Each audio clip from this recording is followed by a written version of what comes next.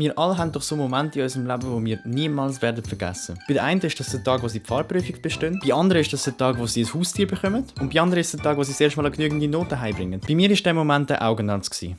Also, ich laufe so in die Augenarztklinik hin und das Erste, was die Frau sagt, ist, hock doch bitte auf den Stuhl ab. Und dann sage ich so, okay. Und dann sagt sie mir, bitte ganz vorne rutschen, wenn es geht. Und ich so, Und durch das Gerät durch habe ich so einen Ballon gesehen, der immer wieder scharf und unscharf geworden ist. Und dann plötzlich sind so Zahlen gekommen und sie haben mich gefragt, kannst du bitte vorlesen, was du siehst? Und ich so, 2.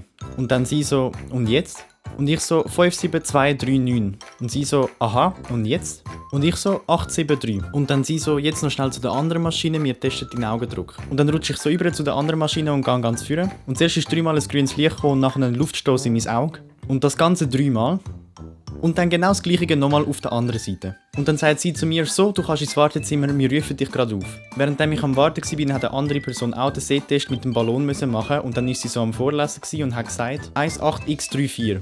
Und ich so, was? Es hat Buchstaben gehabt?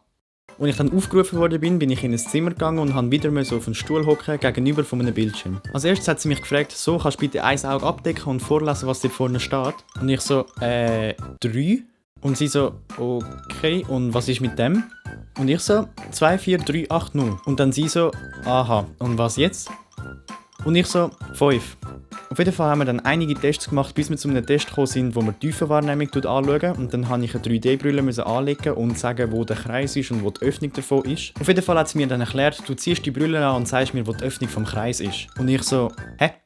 Auf jeden Fall hat sie es mir dann nochmal erklärt und ich schaue so runter aufs Blatt und denke mir, wo hat es da einen Kreis? Und sie so, Auf jeden Fall habe ich dann plötzlich den Kreis gesehen und konnte ihr gut sagen, wo das die Öffnungen sind. Und dann geht sie so auf die nächste Seite und ich sehe wieder absolut gar nichts. Und dann sage ich so, ich sehe da gar nichts. Auf jeden Fall sind wir dann fertig mit allen Tests und dann hat sie gesagt, wie das Testergebnis so aussieht. Und dann sagt sie mir so, also du bist definitiv kurzsichtig, nämlich minus 1,25 rechts und minus 1,0 links. Und ich dann so, toll! Auf jeden Fall sind wir dann ein paar Tage später eine Brille machen und die ist mittlerweile sogar fertig. Und darf ich vorstellen, das ist jetzt mein neues Ich. Ich habe jetzt offiziell eine Brille, die ich eigentlich so ziemlich immer tragen muss, vor allem in der Schule und auch vor dem Laptop und so. Aber der Augenarzt war zum Teil wirklich so peinlich dort. Als ich so die Zahl gesehen habe an der Wand, habe ich halt wirklich nicht gewusst zum Teil, was das für eine Zahl ist und dann habe ich halt einfach irgendetwas gesagt. Und nachher hat sie jetzt so ein fettes 2 an der Wand und ich habe es zwar gesehen, aber es war so unscharf gewesen und ich so, 2? Und dann hat es halt immer so ein 8 dort gehabt und ich habe anstatt des 8 einfach immer ein 0 gesehen, weil anstatt halt so einen queren Strich habe ich halt so einen Diagonalen gesehen und ich so, 0. Dabei hat sich nachher herausgestellt, dass es gar kein 0 gehabt hat. Nie. Gar nie. Aber ja, das wäre meine Geschichte, die ich euch erzählen wollte. Wenn es euch gefallen hat, dann lasst euch einen Daumen rauf da und teilt es auch gerne mit euren Brüllenfreunden. Wir können so eine Brüllen-Gang starten, das wäre doch voll geil.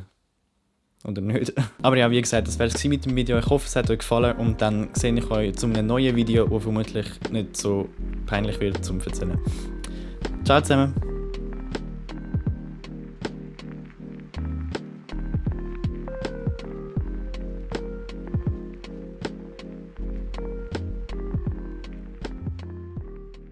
Und dann plötzlich sind so Zahlen gekommen und sie haben mich gefragt, kannst du bitte vorlesen, was du siehst? Und ich so, 2. Look at this dude.